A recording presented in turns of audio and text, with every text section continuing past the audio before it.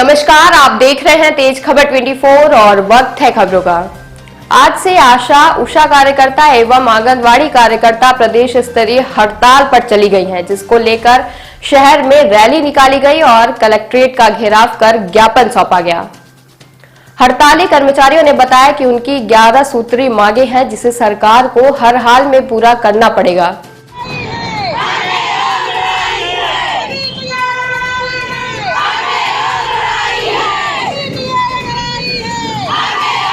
हड़ताली कर्मचारियों ने कहा कि हमारी आजादी के 75 वर्ष बाद भारत सरकार अमृतकाल के रूप में मनाने का फैसला किया है।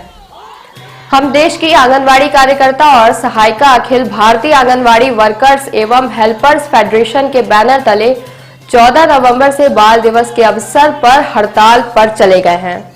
भारत के बच्चों को भोजन, स्वास्थ्य और शिक्षा के अधिकार, न्यूनतम मजदूरी, पेंशन और सामाजिक सुरक्षा सहित ट्रेड यूनियन अधिकारों के हमारे अधिकार की रक्षा के लिए पूरे देश में विरोध प्रदर्शन कर रहे हैं।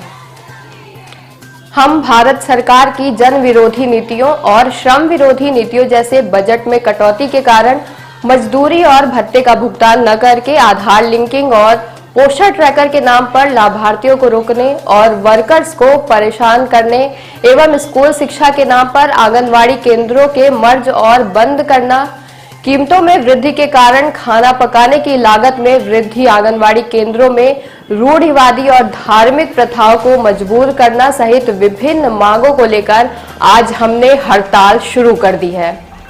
कार्यकर्ताओं ने कहा कि 2018 से वेतन वृद्धि नहीं की गई है, जिसके चलते अब हम लोगों को भरण पोषण में भारी समस्याओं का सामना करना पड़ रहा है। सभी कार्यकर्ताओं ने शहर में एक रैली निकालकर आशा और आंगनवाड़ी कार्यकर्ताओं ने कलेक्ट्रेट का घेराव करते हुए कलेक्टर को ज्ञापन सौंपा है। आशा सहयोगिनी एकता यूनियन से जिला अध्यक्ष रंजना द्विवेदी बोल रही हूँ।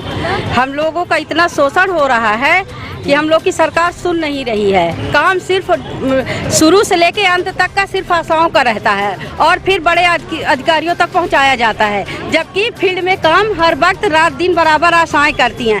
अब हम लोग, सरकार यदि अपने मन का करती है तो अब हम लोग अपने मन का करेंगे और सरकार के खिलाफ ऐसे ही एक हफ्ते का आंदोलन चलेगा और हम लोग अपने लड़ाई के हक के लिए लड़ाई लड़ेंगे।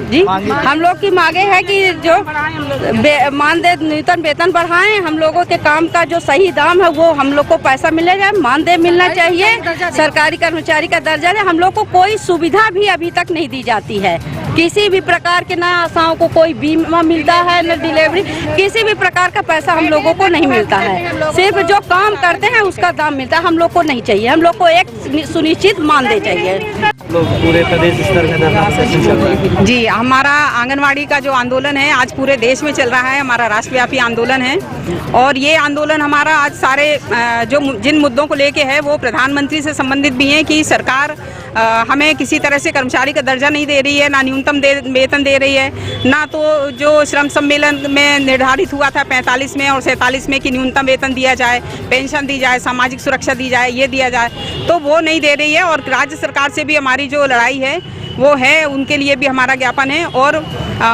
जो हमारी महिला बाल विकास मंत्री हैं और जो भारत सरकार है, वो दोनों का एक जो पोषण ट्रैकर शुरू किया है, वो पोषण ट्रैकर में कोई भी सुविधा नहीं देते हुए वो जबरदस्ती काम करवाना चाह रहे हैं। अगर किसी की कोई कमी रह जाती है, मोबाइल नहीं है, अब परिवार में बच्चों के पास है, कैसे तैसे करके वो काम कर रही है, लेकिन अब वो मोबाइल तो बच्चे लेके चले जाते हैं, तो वो ट्रैक करने का भी काम उनने शुरू कर दिया है कि 9 बजे जो है वो केंद्र खोलो और आप उसके अंदर जाओ और फिर 4 बजे उससे बाहर निकलो।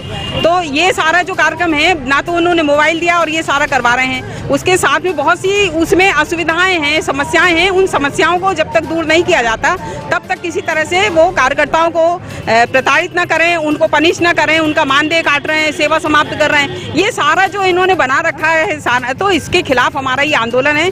और सरकार जो है, मोदी जी जो हैं, उन्होंने 92 एपिसोड में जो बोला है मन की बात में कि जो कुपोषण है वो भजन करने से खत्म होगा और मध्य प्रदेश में भजन करवाया जा रहा है और कुपोषण दूर किया जा रहा है। तो यदि भजन करने से ही कुपोषण दूर होना है तो सारे खाने पीने की कोई जरूरत ही नहीं है, सारे लोग भजन करने लगे। तो हमारी मांग ये है कि सारे ये अंधविश्वास जो फैला रहे हैं इसको खत्म करें और बच्चों के लिए अच्छा पोषण आहार दें और उनकी देखरेख के लिए अच्छी व्यवस्था दें ये हमारी मांग है सरकार से। और आंगनबाड़ी कार्यकर्ताओं को न्यूनतम वेतन दे, जब तक न्यूनतम वेतन सरकारी कर्मचारी नहीं कर रहे हैं तो न्यूनतम वेतन दे।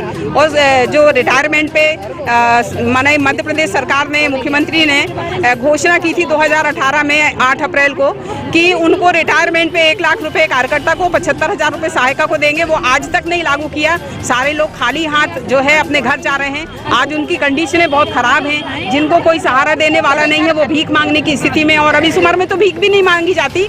और देखिए, खाना भी लगता है, रोटी भी लगती है, कपड़ा भी लगता है, दवाई भी लगती है, लेकिन है कुछ नहीं। तो सरकार ने इस तरह से निहत्था कर दिया है, भिखमंगा बना दिया है। हमारी सरकार से यही मांग है कि कम से कम पेट चलाने के लिए उनको कुछ पेंशन तो दे। ये किशोरी वर्मा, प्रदेश महासचिव, आंगनबाड़ी कार्यकर्ता सहायिका एकता यूनियन।